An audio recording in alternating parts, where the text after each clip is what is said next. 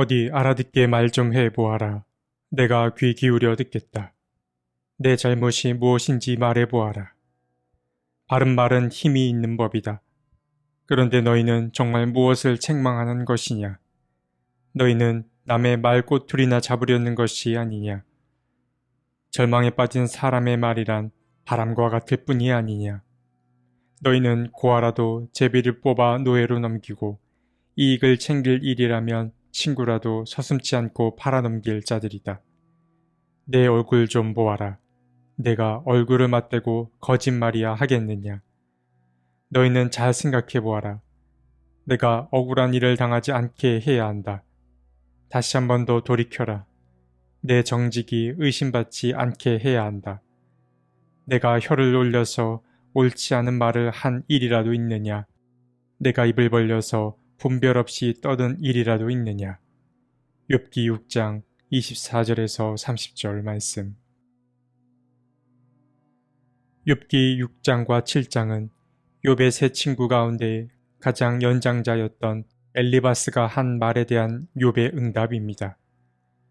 욥은 그의 친구였던 이 엘리바스가 한 말 때문에 상실의 고통에 외로움의 고통까지 더해졌습니다.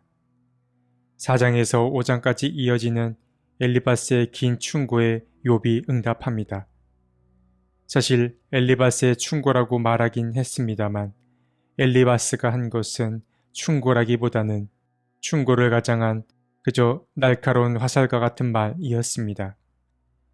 대화의 가장 중요한 역할은 소통입니다. 대화는 서로 나뉘어 살던 사람들을 서로 연결시켜주는 역할을 합니다.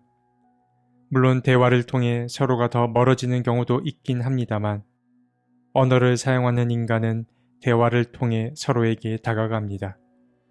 그래서 이러한 맥락에서 본다면 엘리바스가 욥에게 한 말들은 대화라고 보기 어렵습니다. 엘리바스의 말은 화살과 같았습니다. 그래서 화살에 맞은 욥은 말합니다. 내가 당한 고통을 당해보지 않고 어떻게 그렇게 함부로 말할 수 있냐며 그는 다음과 같이 말합니다. 아, 내가 겪은 고난을 저울에 달아볼 수만 있다면 틀림없이 바다의 모래보다 더 무거울 것이라고 말했습니다. 욥은 엘리바스에게 감히 타인이 당한 고통을 함부로 재단하지 말라고 말하고 있는 것입니다. 그러고 나서 욥은 친구들이 듣던 듣지 않던 자신의 속에서 솟아나는 이야기들을 쏟아내기 시작합니다.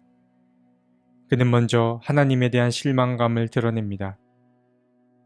전능하신 분께서 나를 관역으로 삼고 화살을 쏘시니 내 영혼이 그 독을 뺀다. 하나님이 나를 두렵게 하신다. 그는 자신에게 일어난 일을 그저 방관하고 계신 하나님 앞에 맺혔던 답답함을 호소합니다. 그는 한탄스러운 자신의 속마음을 이제는 가감없이 주님 앞에 털어놓고 있는 것입니다. 그리고 이어서 현재 그의 심정을 가장 잘 묘사하는 이야기가 등장합니다. 욥은 말합니다. 누가 내 소망을 이루어 줄까? 하나님이 내 소원을 이루어 주신다면, 하나님이 나를 부수시고 손을 들어 나를 깨뜨려 주시면 그것이 오히려 내게 위로가 되고 이렇게 무자비한 고통 속에서도 그것이 오히려 내게 기쁨이 될 것이다.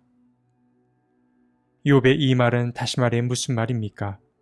죽고 싶다는 말입니다. 그는 자신이 당한 이 처절한 상실 앞에서 그리고 의인도 고통을 받는다는 이 사실 앞에서 그는 모든 희망을 잃고 절망했습니다. 그의 체력과 인내는 한계에 다다랐습니다. 사실 누군가 하는 푸념이나 한탄, 때로 죽고 싶다는 말 뒤에는 다른 의미가 담겨 있음을 우리는 잘 알고 있습니다. 이 의미는 누군가 나를 위로해 주기를, 누가 나를 붙잡아 주기를 바라는 간절한 염원이 담겨 있는 것입니다. 그럴 때 가장 도움이 되는 존재는 바로 친구일 것입니다. 그런데 바로 그 친구라는 존재가 가장 중요한 순간에 배신감을 안겨준 것입니다.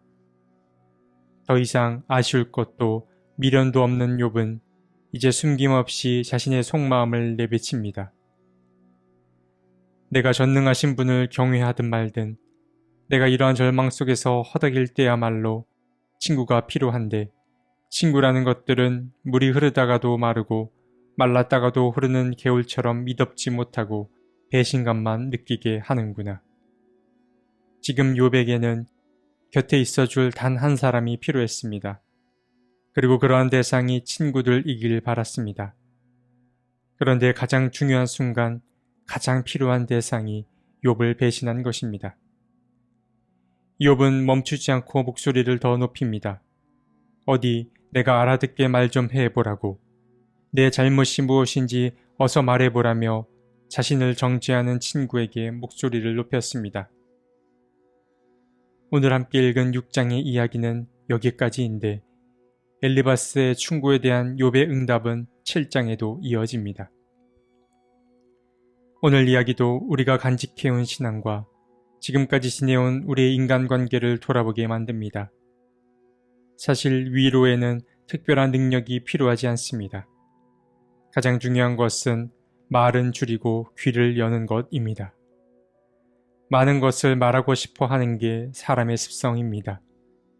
그러나 제대로 아는 사람은 잘 귀 기울일 줄 압니다. 욥의 좋은 친구였던 엘리바스도 처음부터 욥을 향해 입을 열었던 것은 아니었습니다. 욥의 세 친구가 처음 욥을 보았을 때 그들은 슬픔을 못 이겨 그저 소리내어 울면서 매우 고통스러워하였고 또 욥의 고통이 너무도 처참하여 한마디 말도 할 수 없었다고 성경은 기록하고 있습니다. 그러나 엘리바스는 스스로 하나님의 마음의 전달자가 되려고 하였는데 그가 그렇게 말하는 가운데에 그는 스스로 하나님의 자리에 올라서게 됩니다. 자신도 모르는 사이에 그렇게 되었습니다. 그는 자기 의로움에 취해서 고통받는 자의 아픔을 보지 못하게 된 것입니다. 이 모습은 비단 엘리바스의 모습이라고만 치부할 수 없습니다. 욥의 친구들의 모습이 우리의 모습과 크게 다르지 않을 때가 있습니다. 욥기는 그런 의미에서 우리에게 큰 울림을 주는 성경이라고 할 수 있습니다. 욥을 향한 엘리바스의 이야기를 통해 우리 신앙의 현주소를 다시 점검할 수 있으면 좋겠습니다. 하나님, 하나님의 이름으로 하나님의 뜻을 거스를 때가 있음을 고백합니다. 자기의 의로움에 취해서 자신의 잘난 모습 때문에 상처 입은 영혼에게 더 큰 상처를 입힐 때가 있습니다. 주님, 우리를 용서하시고 긍휼을 베풀어 주십시오. 우리가 주님께 사랑을 제대로 배우게 도와주시고 그 사랑으로 소외되고 아픈 영혼을 살릴 수 있게 도와주십시오. 아멘.